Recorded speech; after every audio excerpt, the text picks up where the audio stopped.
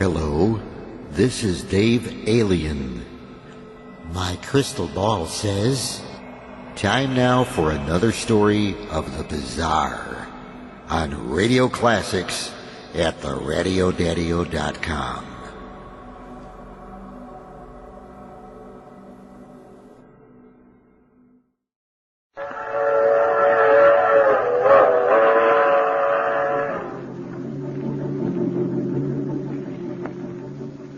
The Mysterious Traveler.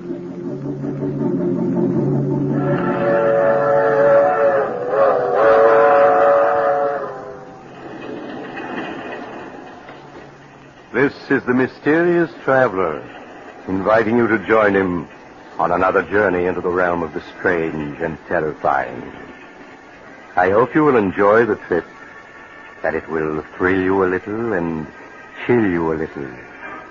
So settle back, get a good grip on your nerves. Where are we going? We're going to journey to the grave and learn the secrets of the dead in a tale titled The Accusing Corpse.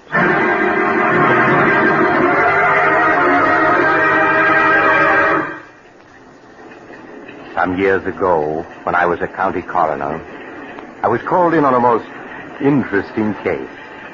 A case which had begun in the country home of Philip Drake, the wealthy stockbroker.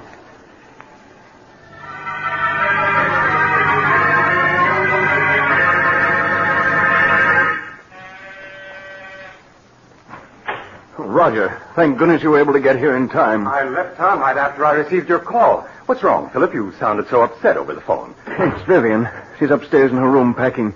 She says she's leaving me. Leaving you? Why? She seems to feel our marriage has been a mistake. Roger, won't you speak to her? Persuade her to stay.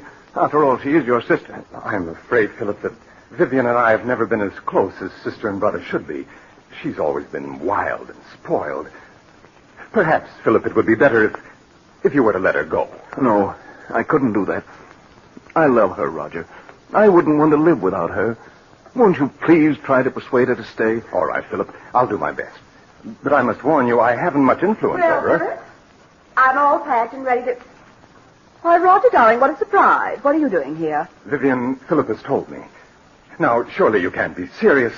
You know how he loves you, everything he's done to make you happy. Now, Roger, you aren't going to start on that, are you? Someday, Vivian, you'll get just what you deserve for walking over people, breaking their hearts. Every time I think of you being my sister, I feel... Roger, please.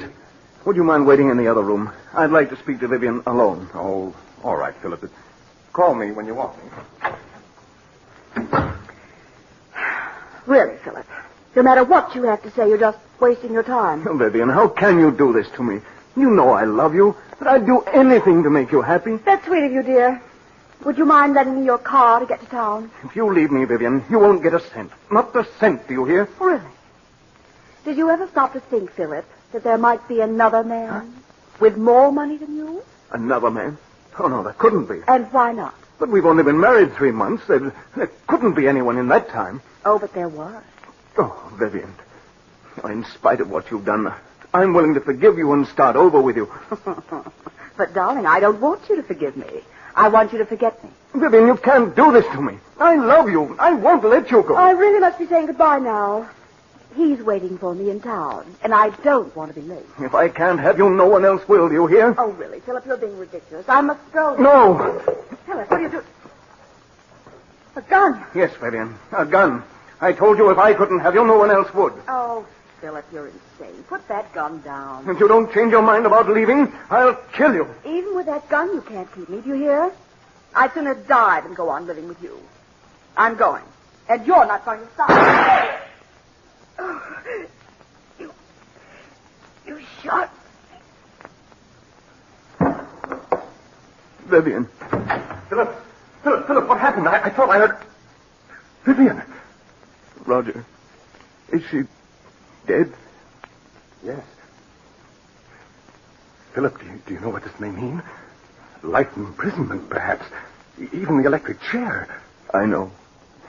Nothing seems to matter now. But you simply can't throw your life away like that, Philip.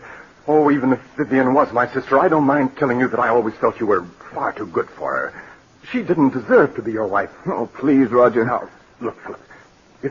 If we were to get rid of the body, who could possibly know that she didn't leave here tonight as she planned? Oh, it wouldn't work, Roger. You can't get away with murder. That's nonsense, Philip. Now, if we were to bury her in the woods, no one would ever find the body. Bury her in the woods? I couldn't do that. Then I'll do it. You can wait here till I return. But, Roger, what if... Philip, you must let me handle this. You'd better give me the gun. All right, Roger. You are. Good. Now, you wait here while I get rid of the body.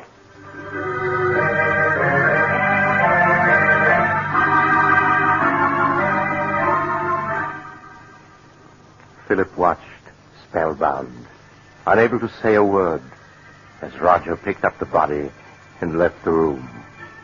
As Roger, carrying his burden, passed the gardener's shed, he picked up a shovel. In a few moments, he reached the woods which began at the rear of the house and extended for miles.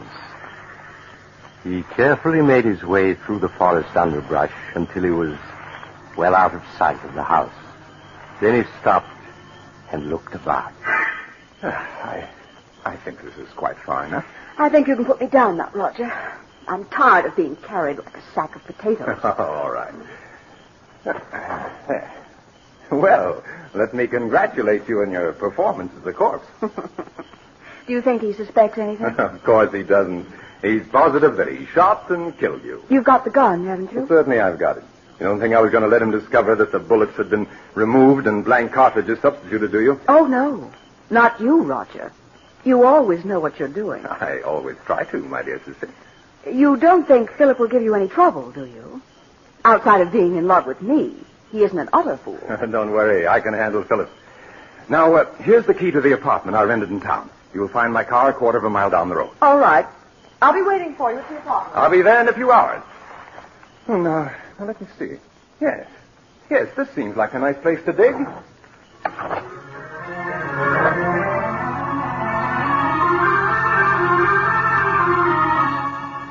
The next morning, Roger called on Philip at his office. With a calculating glance, he noted that Philip's eyes were bloodshot, that his hand trembled as the two shook hands. How are you, Philip? I couldn't sleep at all last night. I kept thinking of Vivian. And what if her disappearance is noticed? People begin asking questions. Now, all you have to do is tell them that Vivian left you and you don't know where she is. Or things like that happen every day. You've been very helpful to me, Roger. If ever I get a chance to repay you for it, rest assured I will. That's very good of you, Philip. Truth of the matter is, you could do me a favor if you would. Of course. What is it? Well, I'm in the midst of a business deal, and I find myself a little short of capital. If you could lend me some money, I'd appreciate it. Certainly, Roger. How much do you need? 20,000. 20,000? That's quite a lot. Naturally, Philip, if you feel you can't lend it to me, I'll go to a bank and try to borrow it isn't that I can't lend it to you, Roger. It's just that the amount surprised me. Shall I make the check out to you? Yes, if you please. All right. I can't tell you how much I appreciate this, Philip.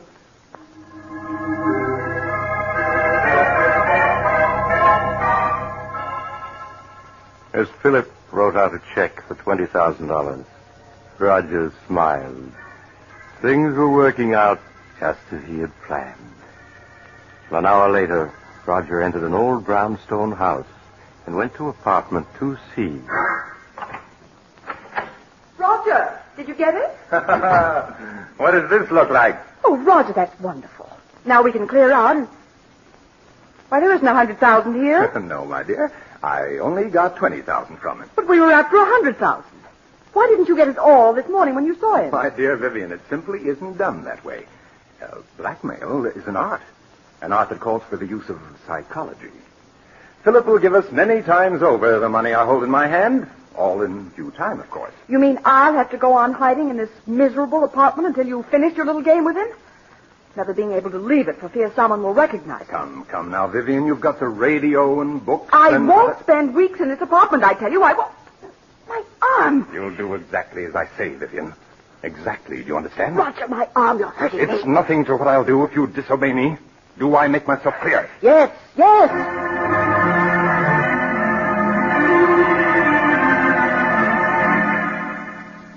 week pass.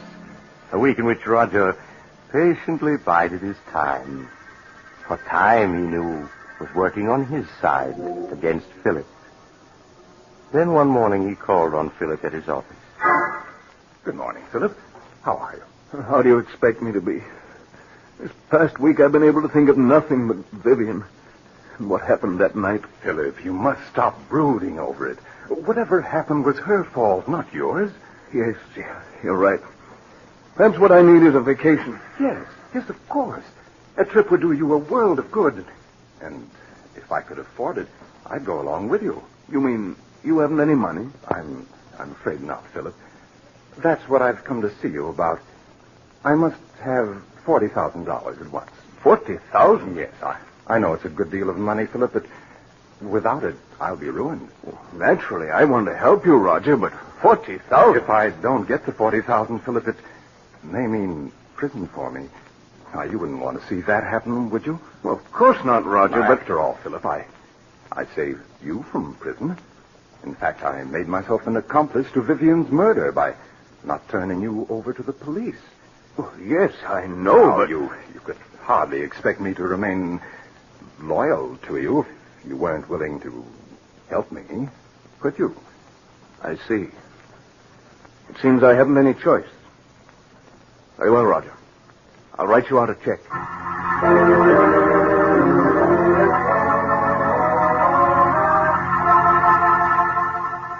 Roger's eyes gleamed in amusement as he accepted the check from Philip. There was no longer any doubt that Philip understood him perfectly. Things were working out exactly as he had planned. Later that day, Roger went back to the old brownstone house. There was a smile on his lips as he entered apartment 2C. Look at this. $40,000 in cash. Oh, Roger. Now, wasn't this worth staying in hiding for, Vivian? And there's plenty more where this came from. Who could that be? You better get behind that screen. No. All right, Roger. Yes? COD for Miss Brown. It amounts to $64. Oh, you must be mistaken. There's no Miss Brown here. This is the address she gave. It's in care of Mr. Roger Martinson. That your name? Why, yes, but I don't have any... Those packages are for me, Roger. How much did you say the COD was? $64, miss. Oh. Here you are. Thank you, miss. Here's your receipt. Goodbye. Goodbye. When did you buy those clothes? This morning? You mean you went out shopping in spite of what I told you? Well, I was sick of being cooped up in this apartment day and night. I had to do something for a change. And what of my plans? You risked everything with so much at stake. Roger, stop looking at me like that. I tell you, I couldn't stand being cooped up in this apartment any longer. But I gave you orders to stay here. Well, I won't.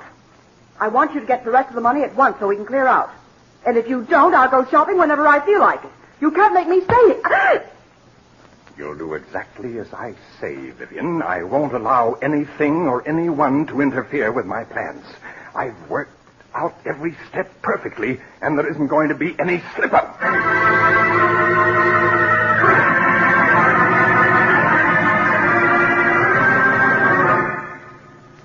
Another week passed, a week in which Roger made no effort to see Philip. Then early one evening, he got into his car and drove out of the city to Philip's home in the country.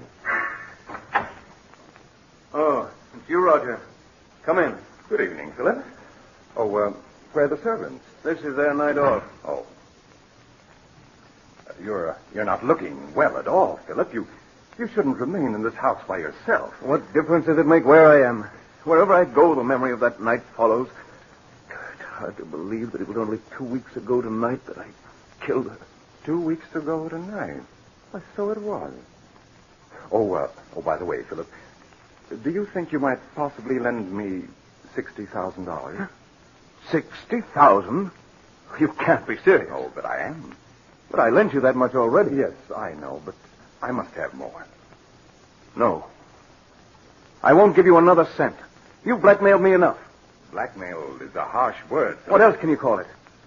Now, you're just as hard and grasping as Vivian was. Yes, but you must remember I'm alive and she isn't. I suppose you're glad she's dead. In life, she was worth nothing to you. In death, you're able to get $60,000 for her. In death? How do I know she is dead? Don't be foolish, Philip. You saw her lying on the floor in this very room. Yes. But how do I know she's dead? It was you who examined her and told me so. And you buried the body by yourself. Well, I just wanted to spare you, Philip. Just exactly where did you bury Vivian? As a matter of fact, how do I know the whole affair isn't staged for my special benefit, so that you can extort money from me? Now, surely you don't believe that, Philip. Why, you shot her with your own gun. Yes. And you took the gun away from me immediately after the shooting. Suddenly that whole affair is becoming very clear to me. I tell you, she's dead, Philip, and buried out in the woods. Then I want to see the grave and the body you say is in it. But this is ridiculous. I won't go searching for a grave in the middle of the night. You shouldn't have to search for it, Roger. Not if you really dug one. Come along. We can pick up a shovel at the tool shed. I won't do it. I won't do it. I said come along, Roger. Oh, very well.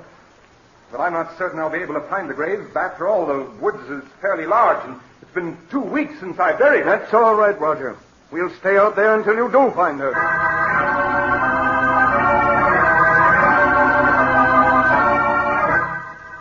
A few minutes later, Philip and Roger picked up the shovel at the tool shed and then continued on their way to the woods that began at the rear of the house. Neither of the men spoke as they entered the woods. Roger leading the way with a flashlight. Several times he stopped, trying to get his bearings, then plunged on again, hoping to find a familiar landmark. It became apparent that Roger was growing less and less sure of himself. Oh, the grave is someplace around here. I'm certain of it. Perhaps we ought to come back in the daytime. It might be easier to find it then. I know, Roger. You shouldn't have any trouble finding it now, if it exists. It does exist, I tell you. It's just that the woods are so confusing at night. Everything looks so different. Just keep on searching, Roger. And perhaps this is the spot. It looks something like it. Well, is it or isn't it? I don't know. It looks like the place where I buried her, and yet I'm not certain. There's only one way to make certain, and that's to start digging. Here's the shovel. But suppose this isn't the spot. Then we'll dig somewhere else. In fact, we'll dig up the entire woods if necessary. After all, you're certain she is buried in the woods, aren't you? Go ahead, Roger. Start digging. Oh, very well.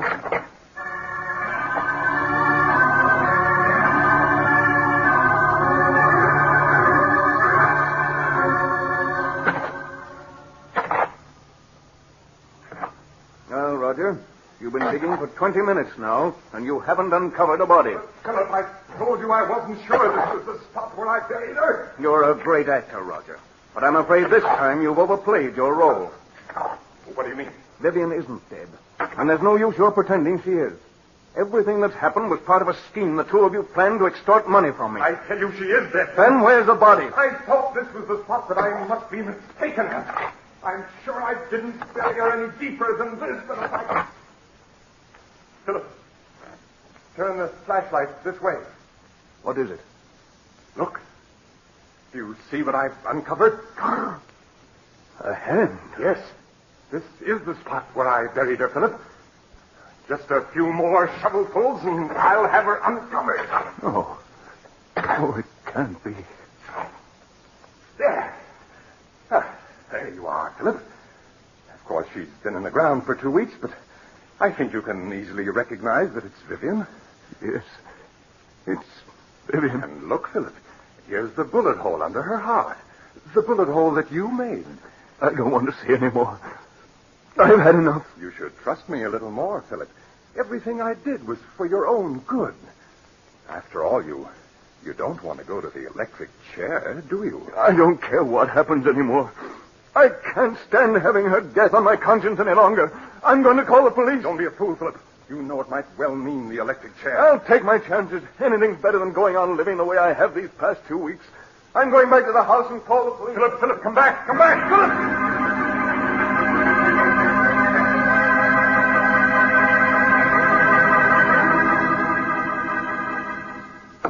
Operator! Philip, wait. Wait, don't do anything foolish. No, you cut me off. Take a hand off that phone, Roger. What I want you to do, Philip, is to listen to me for a few minutes. At the end of that time, you may do as you please. Now, that's fair enough, isn't it? Nothing you can say will make me change my mind about calling the police. Listen to me first. Then if you still want to call the police, you can. Now, please put the receiver down, Philip. Yeah, that's it. Well, what do you want to tell me? Well, do you mind if I mix myself a drink first? It's been a rather difficult evening. Very well. Oh, well, what about one for you, Philip? You look as though you could stand a drink. No, thank you. Oh, nonsense. Do you good. What is it you want to say to me, Roger? Huh? Oh, yes. Say to you. Oh, yes. Yes, of course. Here's your drink, Philip. Thank you. Well, now, what shall we drink to?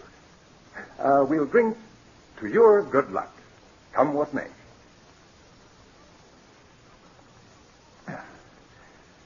Yeah, there. I feel a good deal better. All right. Now that we've had our drinks, what have you got to say? Oh, yes. What I wanted to say was I never let anything interfere with my plans, Philip. What do you mean by that? Simply that I can't allow you to go to the police, and therefore you shan't. It would spoil my plans. Oh, it would it? Well, I'd like to see you stop me. I have, Philip. In a very little while, in fact, in just a few seconds, you'll be dead. Dead? What are you saying? Yes, Philip. The drink I mixed for you was poisoned. Poison? Aren't you finding that it's becoming difficult to breathe? Oh, no. You couldn't have. My throat. It burns. Yes, I know, Philip. It'll all be over in a matter of seconds. Now, I see it all. You might... Yes, Philip. Just a week ago tonight, she died according to plan. Uncle, please. I'm afraid, Philip, that you haven't the strength left to reach the telephone.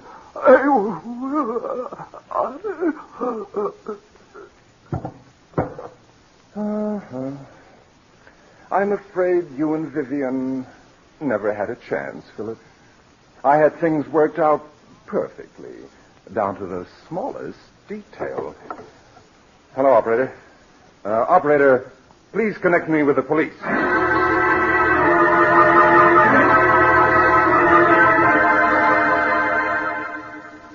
It was at this point that I was called into the case. Inspector Carlton called me an hour after Roger Martinson had phoned the police. When I arrived at the Drake mansion, I examined the body of Vivian Drake and that of her husband, Philip. When I had finished my examination, I entered the library, where Inspector Carlton was questioning Roger Martinson. Hello, Doc. Oh, Doc, this is Roger Martinson. Mr. Martinson, this is Dr. Smith, the county coroner. How do you do? Hello. I'll be with you in a few minutes, Doc. Just stick around. Now, Mr. Martinson, you were telling me how you came to this house 2 weeks ago tonight to see your sister and found that she was gone. Yes. Yes, my brother-in-law, Philip, told me that she'd gone on a vacation. I thought it strange at the time that she should have gone away without saying goodbye to me, as we were always very close. But days passed, and I didn't hear from her. Tell me, was it like your sister to go away and not write? No, it wasn't, and that's what worried me so. These past 2 weeks, Philip kept putting me off when I inquired about Vivian's whereabouts. Well, tonight I couldn't stand it any longer. And I came to this house to have it out with him. What did your brother-in-law say when he saw you? Well, he was quite agitated at my unexpected arrival. When I couldn't get any satisfaction out of him regarding Vivian, I threatened to go to the police. Then he broke down and confessed that he murdered Vivian. When did he murder her? He told me that he'd done it 2 weeks ago tonight. Why, that was the very night I'd come here to see Vivian, and he told me that she'd left for a vacation. I see. Go on. Well, naturally, when he told me he'd murdered her, I was aghast. He led me to the woods and showed me the grave. We returned to the house, and before I knew what had happened, Philip had taken poison. Then I called the police. Well, it seems like a plain case of murder and suicide. Outside of a few questions at the inquest, I don't think we'll trouble you anymore, Mr. Martinson. That's quite all right, Inspector. I shall be at your service any time. Just a moment, Mr. Martinson. Yes. I was very much interested in hearing what you had to say to the inspector regarding the murder of your sister. You say that your brother-in-law confessed to murdering her 2 weeks ago tonight? That's right. That would be April 2nd, wouldn't it? Yes, that's correct. Then you never saw her alive after the night of April 2nd? Why, no, of course not. What are you getting at, Doc? Please, Inspector. Mr. Martinson, would you mind telling me where you live? At 425 West 107th Street. Tell me, were some clothes delivered to that address in your care a week ago today, April 9th? Clothes? Yes. To be exact, a woman's sports suit, which cost $64 and arrived COD. Why, no. You're lying, Mr. Martinson. I have in my hand a slip of paper that not only proves that you're lying, but that will send you to the electric chair. Doc, what are you saying? Yes, Inspector. Mr. Martinson's plan was perfect, but he slipped up badly. He forgot to search Vivian Drake's clothing before he buried her. When I examined her body just now, I found in one of her pockets this receipted bill bearing the date April 9th. That proves beyond a doubt that she wasn't murdered by her husband on April 2nd, as Mr. Martinson here claims. No. Yes, Mr. Martinson, the corpse has accused you from the grave of murder and has given us proof of your guilt. No, it can't be. I had everything planned perfectly. Perfectly, do you hear? Down to the last detail. I couldn't have failed. I couldn't.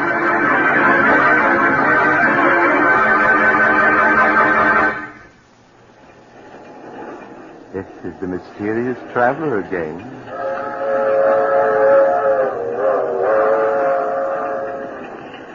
Have you enjoyed our little trip to the grave? Poor Roger. What a pity. After all that planning and hard work, to be tripped up by a sales slip found on a corpse. Just goes to prove that you have to be more careful when you're burying people you've murdered. Now, I recall another case where a woman drugged her husband and... Oh, you're getting off at the next stop. I'm sorry. I hope you'll join me again soon. But if you do, please remember this. Next Sunday, I shall take a train that leaves at 3:30 p.m. Eastern Wartime. Don't forget, Sunday afternoon at 3:30.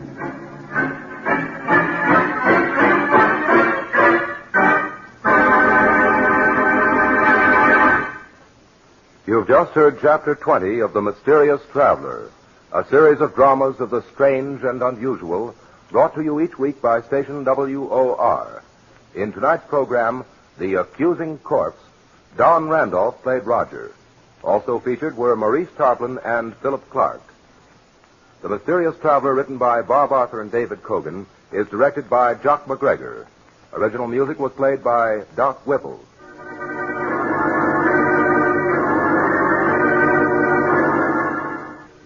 Another tale of the mysterious traveler.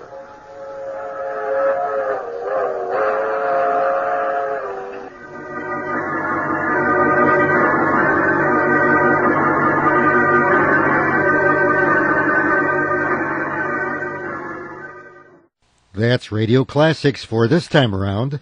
Be sure to join me again soon when I'll bring you another episode from those golden days of my favorite medium.